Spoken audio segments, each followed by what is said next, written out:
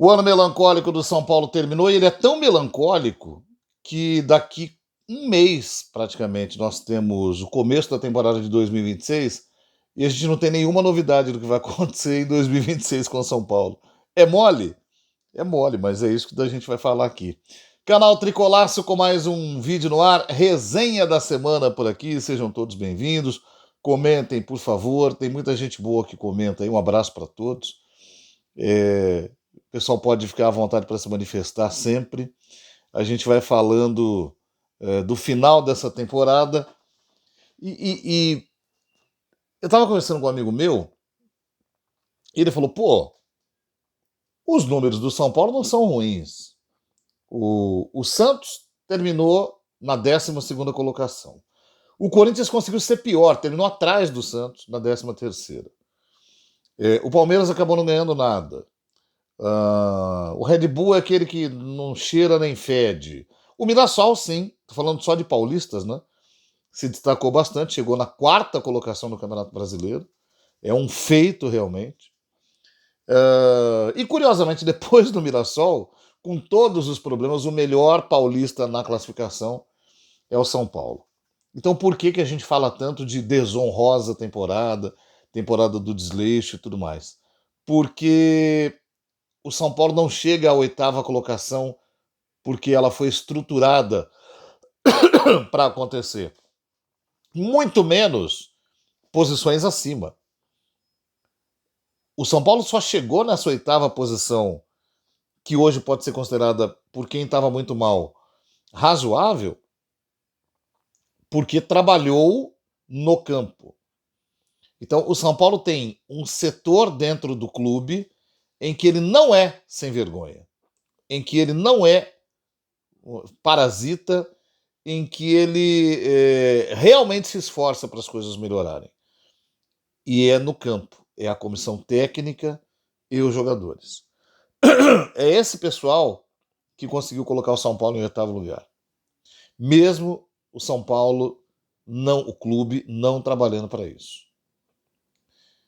O São Paulo, nessa posição, pode chegar à Copa Libertadores da América, mas a gente vai ter que esperar no mínimo até domingo que vem, quando termina a semifinal da Copa do Brasil, para saber se os finalistas serão Cruzeiro e Fluminense.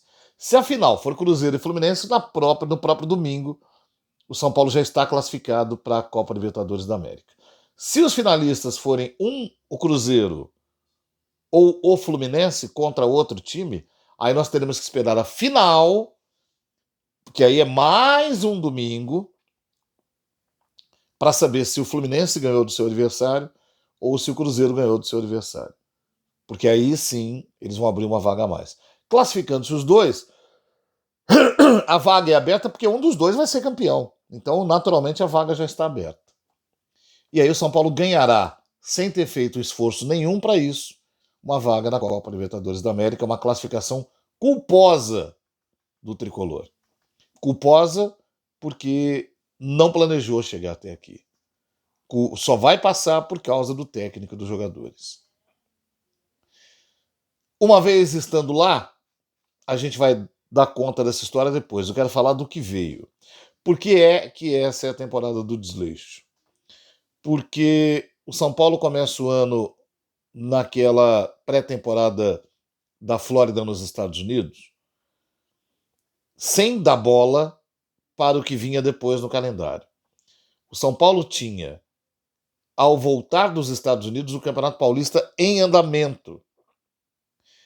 E dali algumas semanas ia ter já sorteio da Copa Libertadores da América e início do Campeonato Brasileiro. Então, o time, não é que ele tinha que lutar pelo título paulista, mas ele tinha que estar com muito foco na preparação para o ano, de preferência treinando os jogadores principais e usando bastante os juvenis no Campeonato Paulista, para dar cancha para esses meninos e preparar um treinamento bem aprofundado para o time profissional. Isso não foi feito, porque o São Paulo já foi direto para os Estados Unidos, foi obrigado a jogar sem muito treinar, enfrentou Cruzeiro, enfrentou Flamengo por lá, metade do time voltou para o Brasil e Estreou no Campeonato Paulista, a outra metade veio depois e continuou o Campeonato Paulista, e o resto é história. Então esse começo foi um começo que acabou sendo um pouco tumultuado, porque não houve espaço para preparação adequada. E aí, o São Paulo não adquire o ritmo necessário para poder passar as competições. E os jogadores acabam não encaixando num primeiro momento. E o Zubeldia tem que começar, tem que meio que refazer o trabalho a partir dali de novo. Leva tempo, tropeça. Por isso que o São Paulo entra no momento meio de parafuso ali. Mas depois, já mais para a parte final do campeonato, ele volta a melhorar o seu nível de jogo. Então, era uma hora de dar um pouco de suporte ali e esperar de vez acertar no brasileiro. O São Paulo começa muito mal o Campeonato Brasileiro. E aí eu acho que o Zubeldia acredita demais que a resolução será rápida e acaba não acontecendo. E aí eu acho que ele cavou a própria queda. Mas aí você tem a seguinte situação. O time jogando mal o Campeonato Brasileiro, classificado na Libertadores da América, sem saber se deve continuar nela ou não. Porque estava mal no Brasileirão. Então, o São Paulo não tinha. Você vê quantas vezes faltou foco para o São Paulo? Aí vem o Crespo, aí acerta o pé. Opa, então vamos tentar levar as Copas. Aí, o trabalho do Crespo nas Copas é ruim. E aí o São Paulo não consegue passar das oitavas na Copa do Brasil e mais uma vez morre nas quartas da Libertadores da América de forma desonrosa, sim, não ganhando de ninguém, empatando duas com o Nacional de Medellín e perdendo as duas para a LDU. Uma vergonha completamente absurda. Um negócio completamente. É, é, veja bem, não é que perder não pode. Perder as duas, uma dentro do Morumbis. O São Paulo era a segunda melhor campanha da Libertadores da América, eu disse. O São Paulo não tem o direito, sendo a segunda melhor campanha da Libertadores, de abrir mão do torneio. Ele tem que ir para o torneio. Perdão, gente. Sujeirinha fora de hora na garganta aqui. E aí, só que ele foi muito mal preparado. Foi com o Crespo imaginando uma maneira de jogar diferente daquela que o São Paulo utilizava, e até isso entrar na cabeça dos jogadores demora. O time não resistiu, pegou times que estavam muito embalados e acabou perdendo. Foi uma desclassificação vexatória. E depois disso daí, o time começa a sentir no campeonato também, começa a cair muito de produção.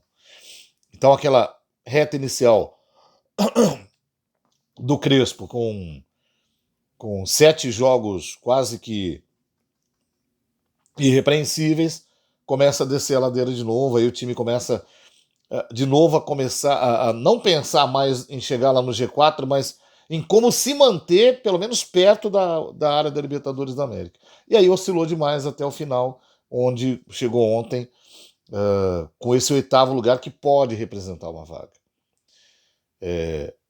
Outro desleixo. Você prometer que o time vai trabalhar com os mais jovens para dar cancha, e aí você vende todos eles. A direção não se importou com o fato de que porque ela tinha planejado uma coisa para os jovens e não cumpriu. Ela foi lá e vendeu, e veio com aquela história de minutagem. Não.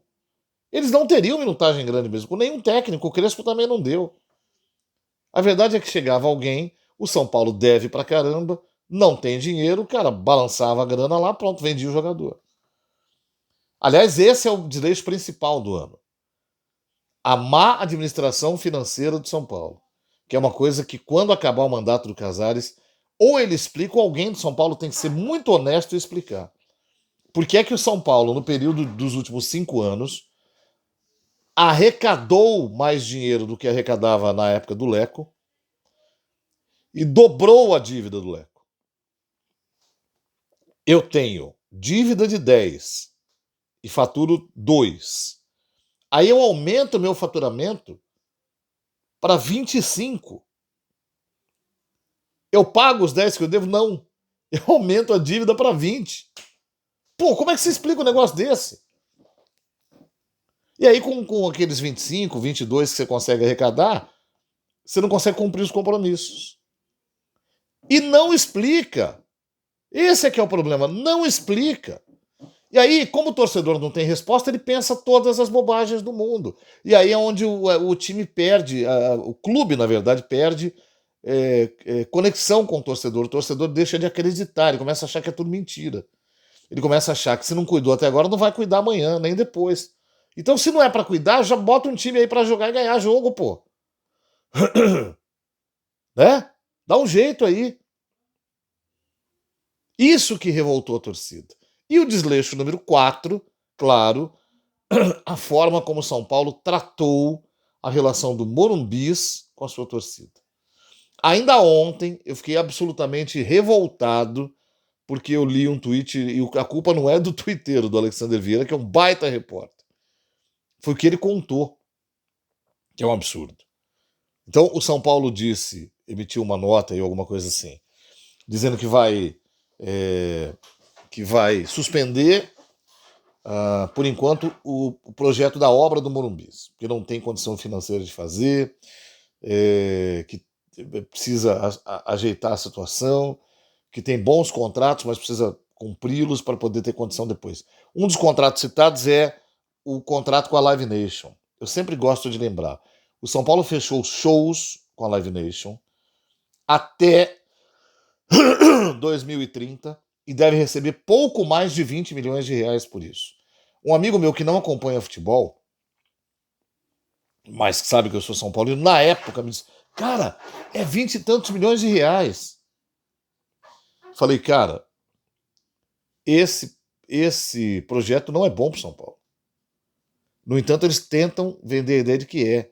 O Casares ficou lá, plumando. É aquilo que eu chamo de oitentista, quando o cara conseguia essas coisas e aparecia, né, em jantares regados a champanhe. Uma coisa grotesca, cafona, porque você está comemorando um negócio desse tamanho. Não, é só para dizer que fechamos um contrato e tal. Os caras sabem que é mais caro que isso. E os caras montaram no São Paulo e disseram assim: não, vamos fazer show até 2030, vamos embora?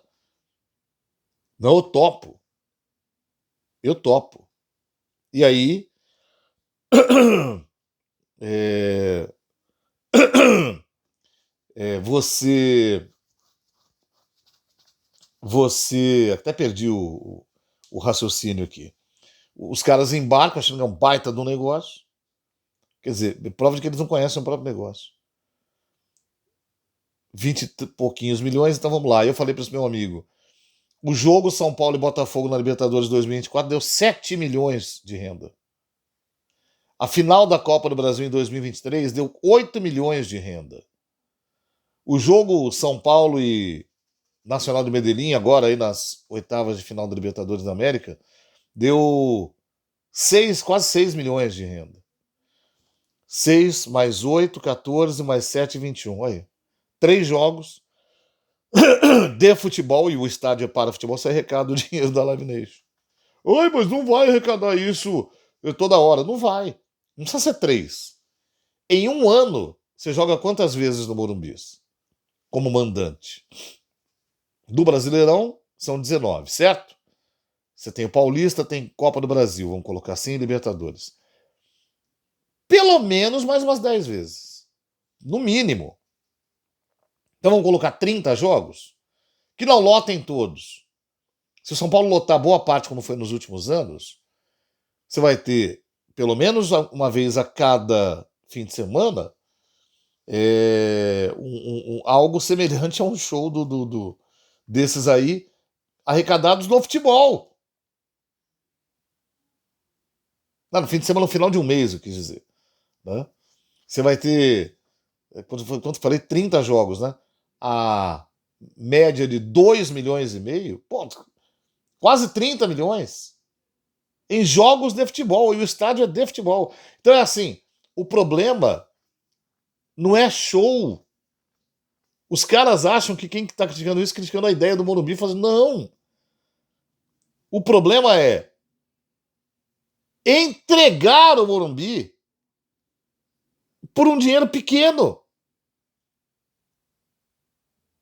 Esse valor que essa empresa paga para o São Paulo, ou assinou o contrato para pagar para o São Paulo, devia representar 2 showzinhos aí por ano, e olhe lá. Eu sempre lembro do exemplo do show da Shakira, que foi 3 milhões. O pessoal saiu falando, o show da Shakira arrecadou 3 milhões. Pô, o jogo São Paulo e Flamengo do Brasileirão 2024, num sábado à noite, arrecadou 3 milhões. 2 milhões e 700 e pouco de renda. Onde eles vivem que eles não fazem essa conta? E aí, aconteceu o seguinte, você tirou o Morumbi do time no momento que ele precisava, botou os shows no lugar, não ganhou o mesmo dinheiro, e ainda veio dizer que foi depois da mudança do calendário da CBF que piorou. Não! Se o calendário não tivesse mudado, o São Paulo ia jogar contra Palmeiras, se não me engano, o jogo foi antes, num dos dias de show. Olha do que o São Paulo se livrou, ainda conseguiu jogar no Morumbi. Ia ter que jogar lá em Santos. Não é a sua casa, não é seu campo, é ruim para a torcida. É disso que, por favor, sempre que eu falar do negócio do show, entendam essa parte.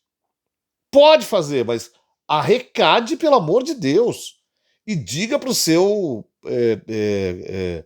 negociador aí, meu amigo, nessa data eu não posso, nessa aqui eu também não posso. Carrega isso para as datas onde não tem definições de competição, pelo amor de Deus. É o básico dos básicos, pô. Que negócio é esse? Ah, não lembro, então. Não lembro por quê? Desleixo. É isso. É a temporada do desleixo. E eu estou muito preocupado porque a próxima temporada começa dia 11. E o São Paulo tem a volta marcada para o dia 2 para começar a treinar. Quem vai treinar no São Paulo? São Paulo mandou um monte de gente embora aí do departamento físico, médico, até de cozinha, de rouparia, de fisioterapia, né? Pessoal ligado à fisioterapia de modo geral, manutenção dos pés, das mãos. Mandaram embora esses caras. Devia estar atrapalhando pra caramba também, né? Então, o que vem aí pela frente? Novos contratos espetaculares? Para que a gente possa se orgulhar e dizer, nossa, não preciso jogar futebol no Morumbis? Né? É isso que o pessoal não entende. Que a gente critica por isso, por causa da forma. E eu acho que pro ano que vem, eu vou falar uma coisa. Eu sei que o Crespo não gosta, os jogadores não gostam, mas é assim. Se tiver que ficar muito tempo fora do estádio, cara, tem que jogar no Pacaembu. Tem que jogar dentro da cidade de São Paulo. Aí é aquilo, o Pacaembu tem problemas, né? Não é só o fato do gramado sintético. É um estádio que até hoje tem problemas de liberação. É um estádio que ainda tem resquício de obra. Ainda está fazendo a obra do hotel, por exemplo. Então é difícil ali. Você pode marcar o jogo e o estádio ser interditado. Mesmo ele tendo sido privatizado, mas é muito mal feita a condição das coisas ali. Nunca vi um troço tão mal feito assim. Só que eu acho que, em algumas situações, São Paulo tem que jogar na cidade de São Paulo. Uma delas é uma eventual volta da fase preliminar da Libertadores, que dizem que cairiam no mesmo dia que o CDC. Né? Tem que fazer Barueri ou Pacaembu.